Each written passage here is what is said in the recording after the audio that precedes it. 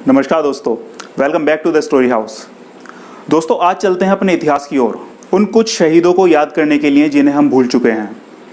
लेकिन दोस्तों, वीडियो शुरू करने से पहले आपसे एक रिक्वेस्ट है। अगर आप इस चैनल पर नए हैं तो प्लीज़ इस चैनल को सब्सक्राइब कर दीजिए और बराबर में लगा बेल आइकन भी प्रेस कर दीजिए ताकि आगे आने वाली वीडियोज़ की नोटिफिकेशन आपको टाइम टू टाइम मिलती रहे। तो आइए बिना देरी किए वीडियो शुरू करते हैं।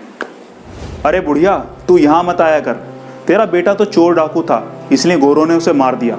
जंगल में लकड़ी बीन रही एक मैली सी धोती पहने एक बुजुर्ग महिला से वहां खड़े एक आदमी ने हंसकर ये बोला, नहीं, चंदू ने देश की आज़ादी के लिए अपना बलिदान दिया है। उस बुजुर्ग औरत ने गर्व से ये बोला। दोस्तों, उस बुजुर्ग औरत का नाम था जगरानी देवी। उस औरत ने 5 बेटों को जन्म दिया था, जिनमें से उनका आखिरी बेटा देश की आज़ादी के लिए कुछ दिन पहले ही बलिदान हुआ था। उस बेटे को ये माँ प्यार से चंदू कहती थी और दुनिया आज़ाद, जी हाँ, चंद्रशेखर आज़ाद के नाम से जानती है। हिंदुस्तान आज़ाद हो चुका था। आज़ाद के मित्र सदाशिव राव जी एक बार उनके माता पिता को खोजते हुए उनके गांव जा पहुँचे। आज़ादी तो मिल चुकी थी, लेकिन बहुत कुछ खत्म हो चुका था।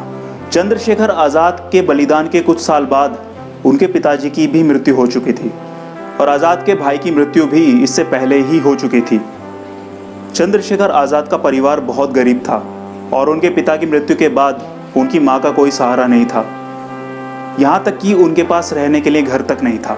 लेकिन वो उस वृद्धावस्था में भी किसी के आगे हाथ ना फैलाकर जंगलों में जाकर लकड़ी और गोबर बीन के लाती थी और कंडे और लकड़ी बेचकर अपना पेट पालती थी। लेकिन बहुत ज़्यादा बूढ़ी होने की वजह से वो इतनी मेहनत नहीं कर पाती थी कि भरपेट भोजन का अरेंजमेंट कर सके। कभी ज्वार, कभी बाजरा खरीदकर उनका घोल बनाकर पीती थी, क्योंकि दाल, चावल, गेहूं और उसे पकाने का ईंधन खरीदने लायक धन कमाने की शारीरिक शक्ति उनमें शेष ही नहीं थी। और शर्मनाक बात तो ये रही कि उनकी ये स्थिति देश को आज़ादी मिलने के 2 साल बाद तक, यानी कि 1949 तक बनी रही। दोस्तों, चंद्रशेखर आज़ाद को दिए गए अपने एक वादे का वास्ता देकर सदाशिव जी उन्हें अपने साथ अपने घर झांसी ले आए थे, क्योंकि सदाशिव जी खुद बहुत गरीब थे और उनका घर भी बहुत छोटा था। इसलिए उन्होंने आज़ाद के ही एक अन्य मित्र भगवान दास माहौर के यहाँ चंद्रशेखर आज़ाद की माताश्री के रहने का प्रबंध कर दिया और उनके अंतिम क्षणों तक उनकी सेवा की। दोस्तों, मार्च 1951 में जब चंद्रशेखर आज़ाद की माँ जगरानी देवी जी का झांसी में निधन हुआ, तब सदाशिव जी ने उनका सम्मान अपनी माँ के समान करते हुए उनका अंतिम संस्कार किया। देश के लिए बलिदान देने वाले जाने कितने ही क्रांतिकारियों की जीवन की गाथा ऐसी ही है। कुछ हम जानते हैं, कुछ हमें पता ही नहीं।